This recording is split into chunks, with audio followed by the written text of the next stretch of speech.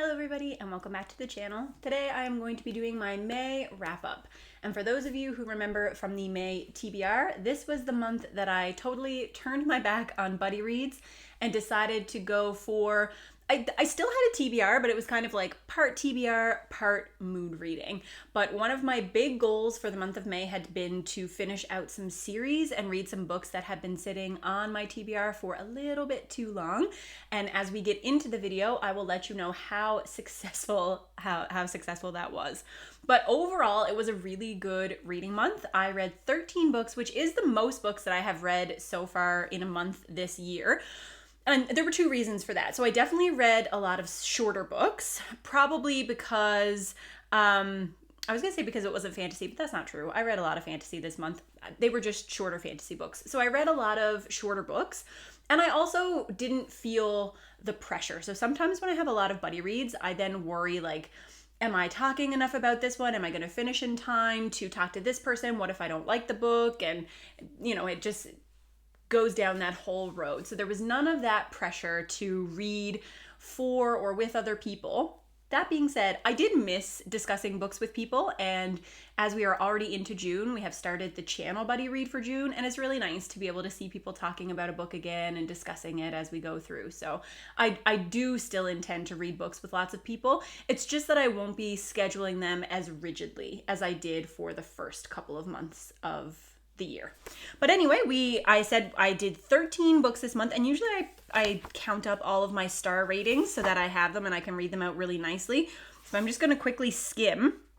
It looks like I had 2 5 stars and 1, 2, 3, 4 4 stars, 1 4.5 star. I skipped over that one. And then 1, 2, 3.5 stars, 1, 2 3 stars, and then 1 2.5 star and 1 2 star. So there's been like a whole range of reading experiences this month.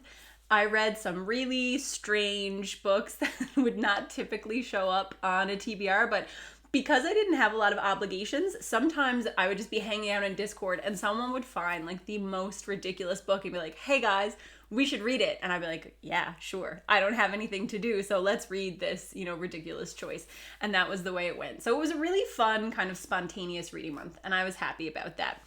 And I will just do as I have been doing for the last couple of months, which is to just go through the books that I read in chronological order and tell you a little bit about them. So the first 2 books that I read for the year were from the same series, so I'll just talk about them together. For anybody who has been watching for a few months, a couple of months ago, I read a book called Grandmaster of Demonic Cultivation, which is by a Chinese author and was translated into English. And that author has 3 separate books that were compiled together as web novels and are in the process of being translated into English. So after I really liked Grandmaster of Demonic Cultivation, I decided to move along and read another one of her books, which is called Scum Villain's Self-Saving System. And this one I'm glad that I read second. So I read Volume 1 and Volume 2, both of which have been released. And I gave them both 4 stars, which is actually a higher rating than I gave Grandmaster of Demonic Cultivation. And I think there's a couple of reasons for that. So Grandmaster of Demonic Cultivation was one of the first books of this type that I had ever read. There were a lot of new terms, there were a lot of names to remember, and I did find that the plot of that first novel was a little bit convoluted. As I continued and read on in that story, I became a lot more comfortable. Then I went on to watch the web series, to watch the donghua. Like I then immersed myself in that world, and now I feel very comfortable with a lot of the terms. Obviously still a beginner to this type of like cultivation fantasy story, but I feel like I understand things a lot better now. Scum Villain's Self-Saving System is the same. It's set in the same type of world, but there were a couple of things that made it a little bit easier to read. I think the plot is just a lot more straightforward. This is a transmigration story, which pops up in anime. Like I have read lots of stories like this. It's essentially where a character from our world gets sucked into another world. So in this story, our main character is sucked into one of these cultivation worlds in ancient China. So Another thing about this series, the Scum Villain series, is that it is satirizing the genre, some of the common conventions, the common tropes, and I actually found it really funny. So once the main character gets sucked back into this cultivation world, he is equipped with a self-saving system, which is where the name comes from. And it's this like almost like a computer that runs in his head and will tell him what he needs to do. So he is placed in the role of the villain of an online novel that he has been reading. And he knows what is going to happen to this villain. He knows the whole story, and he knows that he meets like an entirely gruesome demise at the hands of like a very, I'm going to say like intensely gray, but probably like, you know, blurring the line into evil, like anti-hero. And so he needs to try to change the course of this anti-hero's life so that he doesn't meet this horrendous end that he's expecting to meet. However, he's confined by the limits of this system. So if he does something that is too OOC or out of character, then he will be deducted points. And if he's deducted too many points, then he will die and he will go back to his own world where he has already died. So he's trying not to die.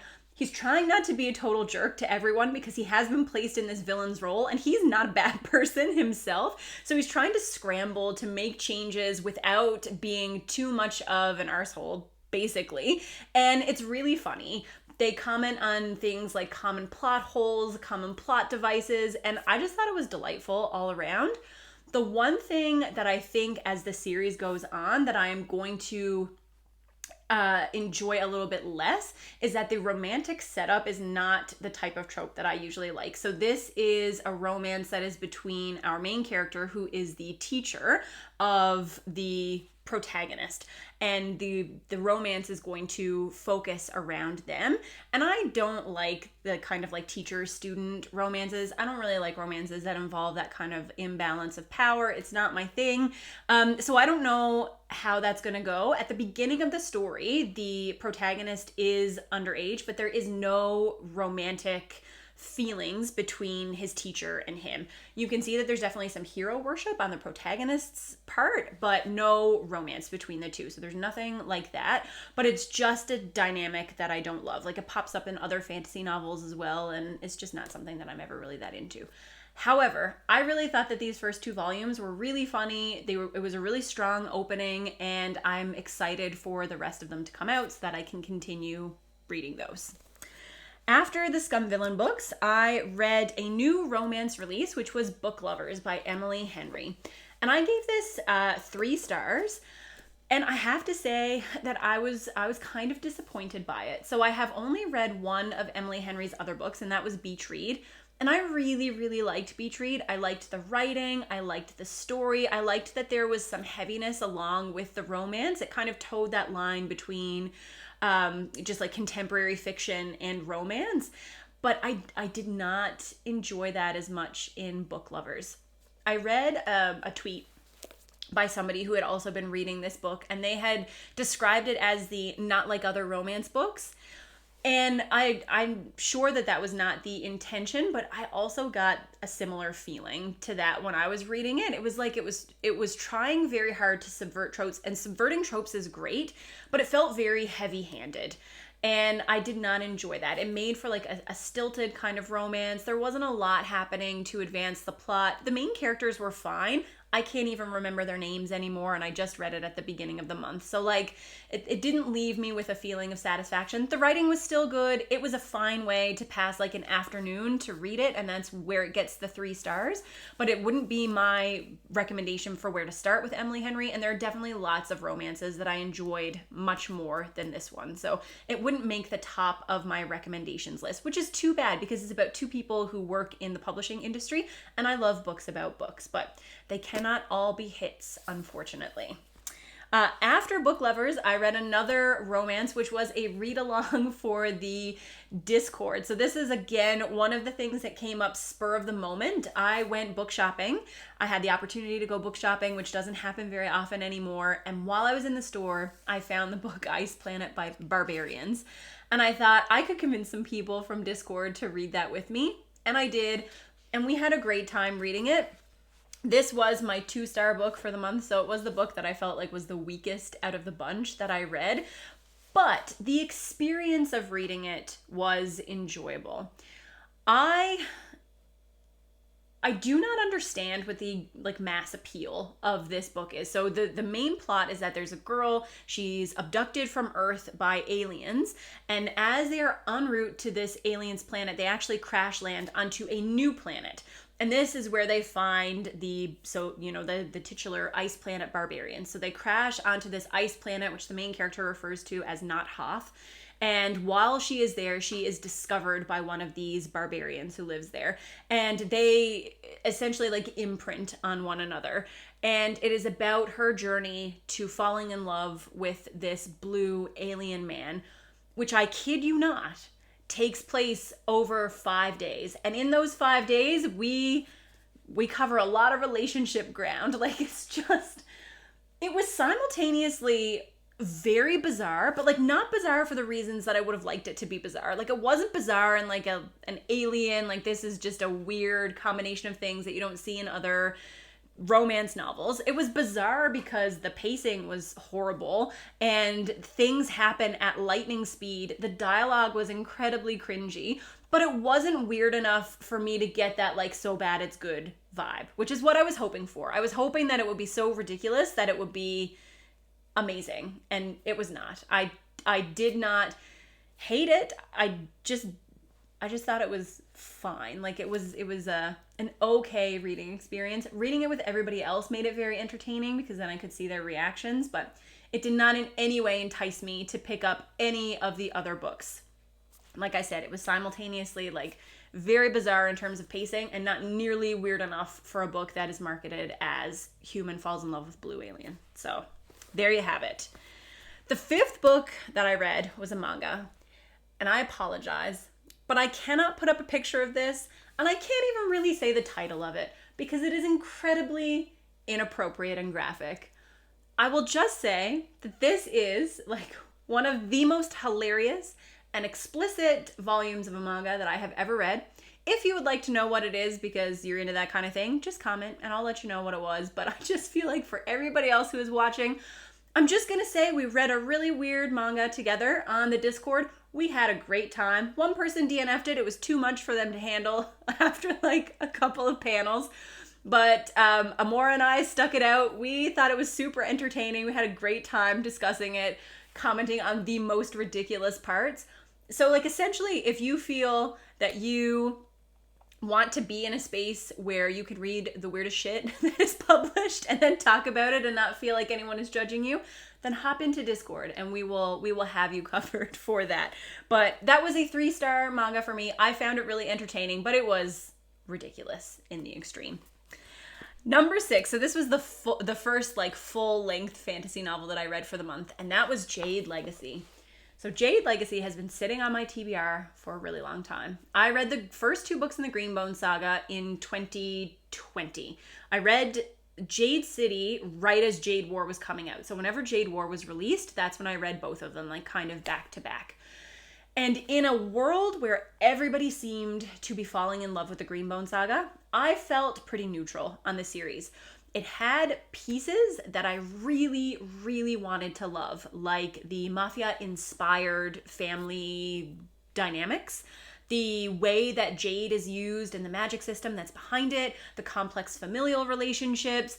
I just thought that it was all really cool, and I was so excited to start it because I was absolutely sure that it was going to become a new favorite for me just based on the rave reviews that it was getting.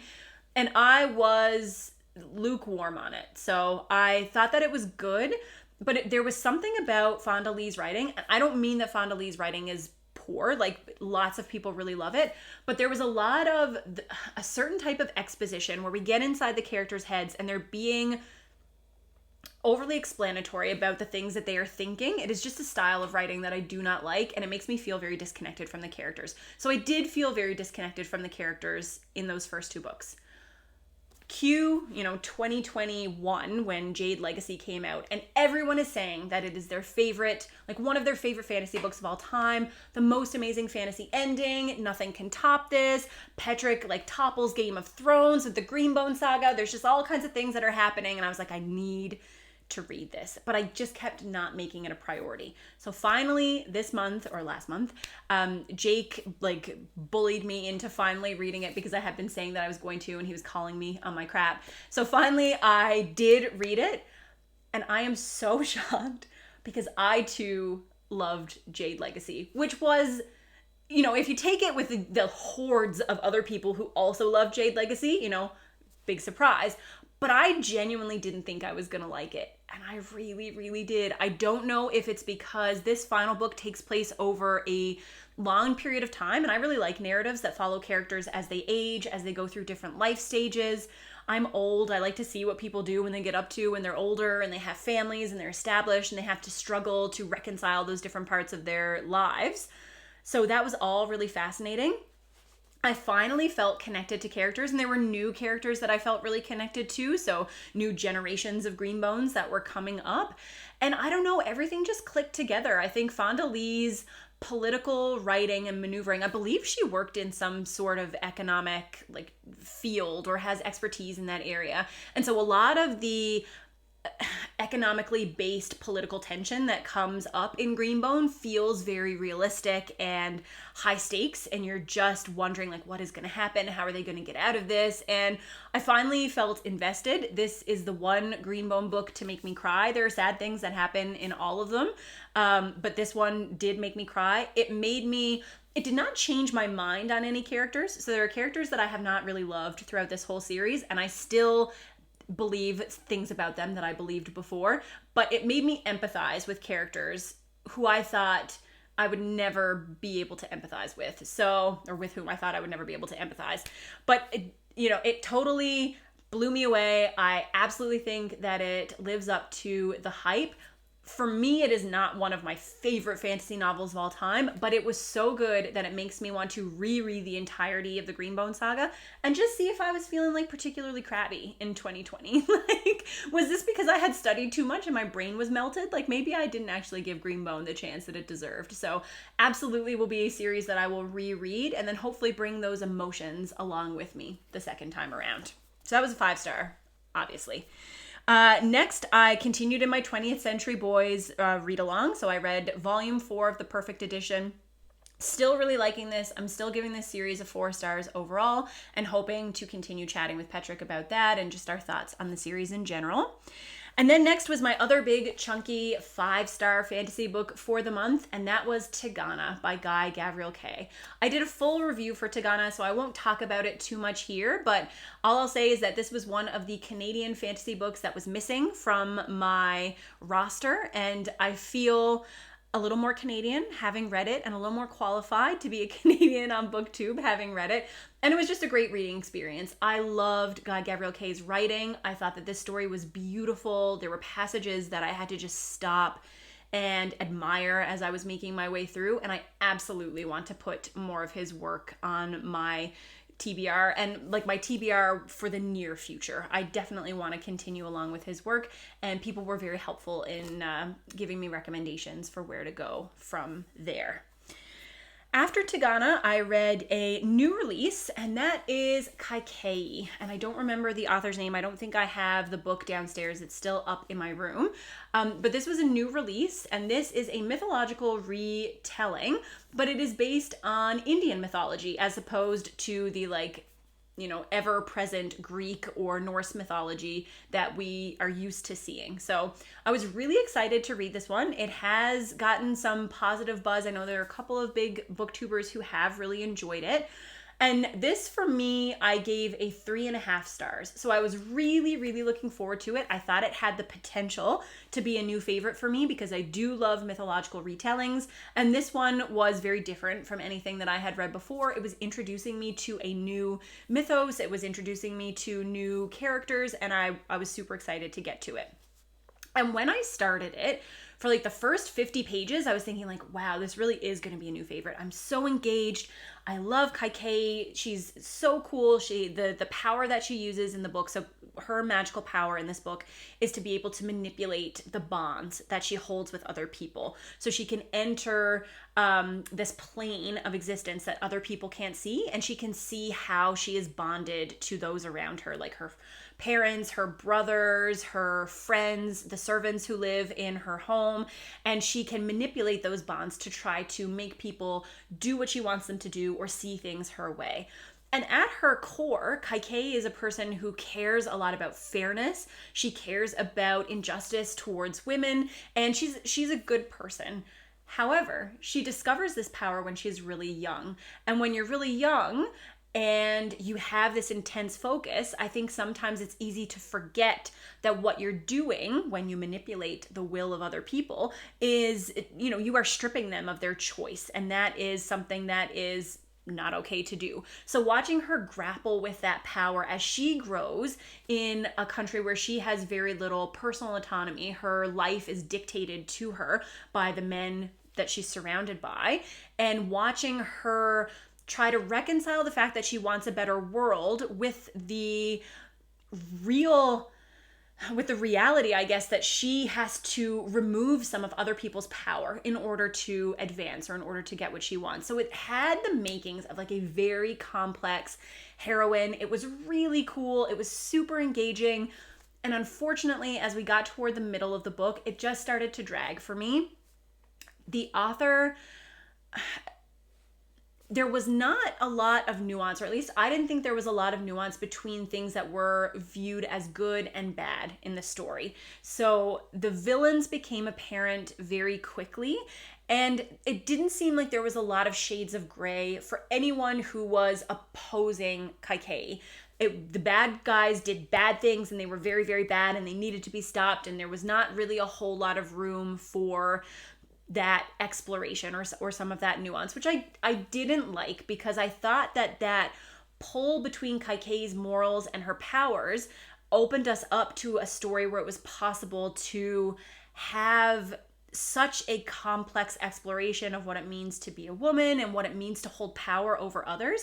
And it just became flatter for me as the novel went on. It didn't seem like there was a lot of gray area. It was just, this is good, this is bad, and this is how I'm gonna get there. So I didn't really love that. I thought that had a lot of promise, but it unfortunately did go downhill a bit for me as I went on. That being said, I would still really recommend that people read it, because I thought the writing was very engaging. Kaikeyi is a great character to follow. She is very different from a lot of heroines that we see in fantasy. And obviously, if you like mythological retellings, I would love for the publishing industry to start publishing mythological retellings that are based on mythologies that we don't see often. And obviously the best way to do that is to support the stories that do come out. So I think that reading this story for yourself and making your own opinion is probably the best way to go forward. But this unfortunately did not become a new favorite for me. After Kaikeyi, I actually reread Grandmaster of Demonic Cultivation, which is a book that I read back in February by the same author of the Scum Villain series, mainly because Volume 2 came out this month and I'm going to be reading Volume 2, but because I have read the web novel and watched the show and all of these different things, I needed to make sure that of what was like actually canon, because I have read a lot of fandom things and I feel like I now have a lot of information in my head that I believe to be true, but didn't actually come from the novel. So I wanted to reread it. It's only like a 300-page novel. So I reread the first one in preparation for reading the second one in June. And that was a 3.5 stars. After that, I did finish out another series, and that was the Death series within the Discworld books, with the final novel in that series, Thief of Time. And I really loved Thief of Time. It's so hard for me to rank these death books, because after Mort, which I unfortunately, despite the premise being one of my favorite of the 5 books, I thought it was actually the weakest in terms of writing and execution, which makes sense because it's an earlier Discworld novel. But for numbers 2 to 5, they were all fantastic. Thief of Time is... each of these like Discworld, at least each of the death novels, deals with a topic. Like Terry Pratchett is looking into something. He's discussing something. He's commenting on something with each of these. And what he is talking about in Thief of Time is the concept of time. How do we use it? How do we use it effectively? What does our time on Earth mean? How does it mold us and shape us? And, you know, there's a lot of philosophical type stuff in Thief of Time. It is probably the most abstract of the first 5 books, even though they all have parts of that. But it is definitely the one that is the least straightforward. We follow 2 new characters, one of whom is commissioned to construct a clock, and the other one is participating, or he's learning, I guess, in this group of time monks. So they are monks who travel. They don't really travel through time, but they keep an eye on time to see if anything strange is happening with time. And if there is something strange happening, then they have to try to fix it. Susan shows up in book 5 once again, and Susan is my favorite character in the Death books. So whenever she shows up in a novel, I am always really happy. And this was just, it was just delightful. I really loved these books. I love Terry Pratchett's writing. I'm so happy that I finally read them. So grateful that Alan put out his why you should read Discworld video a couple years ago, because that's what gave me the push to start reading them. And I'm super excited to continue on in Discworld. And I think that I will do the City Watch books after this. So now that I have finished the Death books, I will move on to the City Watch, and I'm super excited about that. And then the very last, oh, no, never mind. There's 2 more. So the second, or the penultimate book, I guess, is The Prince and the Dressmaker, which is a graphic novel, and I gave that 4 stars. This is a graphic novel that came out a fair number of years ago now, I think, but I had seen it on the internet a lot when it first was released and just had never picked it up. But I went to the library last week with my kids, and when they were picking things out, there were a couple of graphic novels that I hadn't read, and so I picked those up for myself, and this is one of the ones that I managed to get through. And the premise of this graphic novel is that there's a young prince whose parents are trying to find him a betrothed so that he can step up into his role and kind of transition into king of his kingdom. And he has a secret, and his secret is that in the evening, he likes to dress up and wear dresses and go in disguise as Lady Chrysalia. And he loves to do this.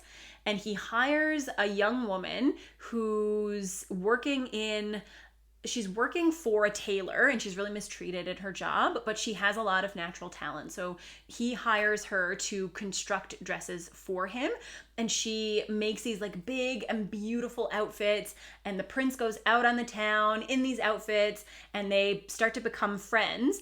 But as his dresses start to garner more attention, she really wishes that she could tell people that she was the designer behind the process. But because she is also the prince's official tailor, and she is the person who is making his courtly garments as well, he doesn't feel like people are allowed to know that she is also associated with his alter ego, because he believes that people will then find out his secret, and he doesn't want that to happen. So it's a really sweet story. There's a tinge of sadness to it. It's about identity and being true to yourself, and the friendship and how to properly care for someone. And it was just really sweet. Actually, Andrew and I both read it. So he found it out on the table one day and then started to read it and couldn't put it down. And he really liked it as well. So we both thought that it was fantastic.